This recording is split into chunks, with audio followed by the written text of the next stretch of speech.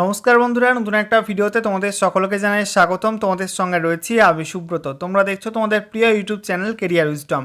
তো বন্ধুরা, গুরুত্বপূর্ণ একটি ভিডিও নিয়ে চলে এলাম। ভোটের আগে ফের কিন্তু বাংলার যুবসাথী প্রকল্পের টাকা ছাড়ার কাজ শুরু হয়ে গেল।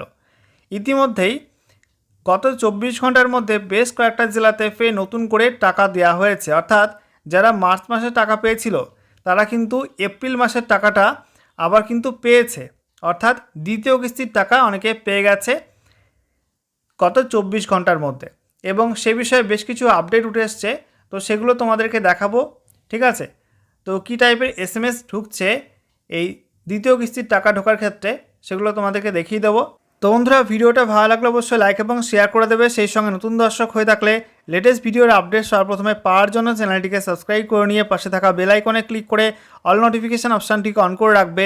লেটেস্ট আপডেট তোমরা সবার প্রথমে পেয়ে যাবে।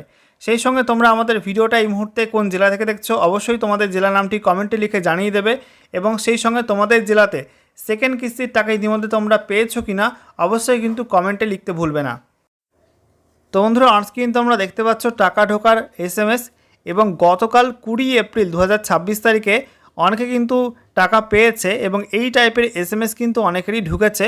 তোমরা অবশ্যই তোমাদের ফোনে চেক করে নেবে। দেখতে পাচ্ছ ইয়েস্টারডে গতকাল সন্ধ্যা 6:51 নাগাদ এই আবেদনকারীর অ্যাকাউন্টে টাকা ঢুকে গেছে, এবং এই টাইপের SMS এসছে। কী লেখা রয়েছে? ইওর অ্যাকাউন্ট, এবং অ্যাকাউন্ট নাম্বারের শেষ কিছু সংখ্যা এখানে উল্লেখ করা ছিল, এগুলো সিকিউরিটির কারণে হাইড করে দেওয়া আছে। Has credit for Yuvasathi APR, ঠিক আছে, 2026, অর্থাৎ এপ্রিল মাসের যে কোড সেটা হচ্ছে APR, তারপরে 2026 অফ ₹1500 অন 20/04/2026, ঠিক আছে, অর্থাৎ 20 এপ্রিল 2026 তারিখে 1500 টাকা যুবসাথী প্রকল্পের জন্য যে এপ্রিল মাসের দ্বিতীয় কিস্তির টাকা কিন্তু ঢুকে গেছে অ্যাকাউন্টে, এবং তারপরে অ্যাভেলেবেল ব্যালেন্স এখানে উল্লেখ করা ছিল। এই আবেদনকারী SBI ব্যাংকে অ্যাকাউন্ট রয়েছে, তো এখানে অ্যাভেলেবেল ব্যালেন্সটা কিন্তু সিকিউরিটির কারণে হাইড করা আছে।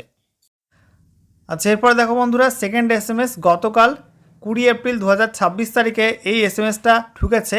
তো এই আবেদনকারী গতকাল বিকাল 4:26 নাগাদ টাকা ঢুকেছে, এবং এই টাইপের SMS এসেছিল। ইওর অ্যাকাউন্ট নাম্বারের শেষ কিছু সংখ্যা এখানে উল্লেখ করা ছিল, এগুলো সিকিউরিটির কারণে হাইড করা আছে। Has credit for Yuvasathi APR 26, অর্থাৎ এপ্রিল মাসের যে কোডটা সেটা কিন্তু APR লেখা রয়েছে, এবং 2026-এরটা সেটা 26 লেখা রয়েছে, অফ ₹1500 অন 20/04/26, অর্থাৎ গতকাল 20 এপ্রিল 2026 তারিখে তো এই আবেদনকারী অ্যাকাউন্টে সেকেন্ড কিস্তির টাকা ঢুকে গেছে, এবং অ্যাভেলেবেল ব্যালেন্স এখানে মেনশন করা ছিল, ঠিক আছে, এগুলো সিকিউরিটির কারণে হাইড করা আছে SBI। তো এই আবেদনকারী কিন্তু স্টেট ব্যাঙ্ক অফ ইন্ডিয়াতে টাকা ঢুকে গেছে, তো এই অ্যাকাউন্টের সঙ্গে DBT লিঙ্ক করা ছিল। তো দেখো বন্ধুরা, এ মাসে অর্থাৎ এই এপ্রিল মাসে টাকা দেওয়ার ক্ষেত্রে নিয়ম পরিবর্তন হয়েছে। আমরা দেখতে পাচ্ছি ম্যাক্সিমাম কেসে DBTর মাধ্যমে টাকা দেওয়া হচ্ছে। আগের মাসে তোমাদের NEFTর মাধ্যমে টাকা দেওয়া হচ্ছিল, এ মাসে কিন্তু NEFTর মাধ্যমে টাকা দেওয়া হচ্ছে না, DBTর মাধ্যমে টাকা দেওয়া হচ্ছে, অর্থাৎ ডাইরেক্ট বেনিফিশিয়ারি ট্রান্সফার এই পদ্ধতির মাধ্যমে সরাসরি উপভোক্তার ব্যাঙ্ক অ্যাকাউন্টে টাকা দেওয়া হচ্ছে। তো এক্ষেত্রে যদি তোমাদের ব্যাঙ্ক অ্যাকাউন্টের সঙ্গে আধার সিডিং না করা থাকে, একই সঙ্গে ব্যাঙ্ক অ্যাকাউন্টের সঙ্গে মোবাইল নাম্বার লিঙ্ক না থাকে, তাহলে কিন্তু টাকা পেতে সমস্যা হতে পারে।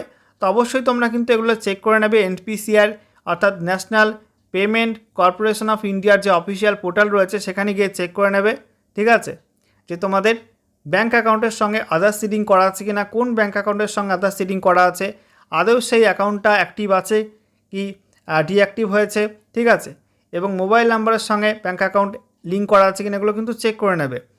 এবং এ বিষয়ে কিন্তু অলরেডি আমি একটা ভিডিও করে দিয়েছি কীভাবে তোমাদের NPCI পোর্টালে গিয়ে চেক করতে হবে যে তোমাদের কোন অ্যাকাউন্টের সঙ্গে আধার লিঙ্ক করা আছে বা আধার সিডিং করা আছে।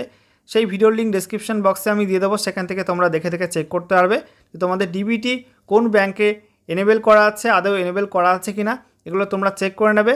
আশা করি এ মাসের মধ্যে দ্বিতীয় কিস্তির টাকা তোমরা যারা এখনও পাওনি DBTর মাধ্যমে পেয়ে যাবে।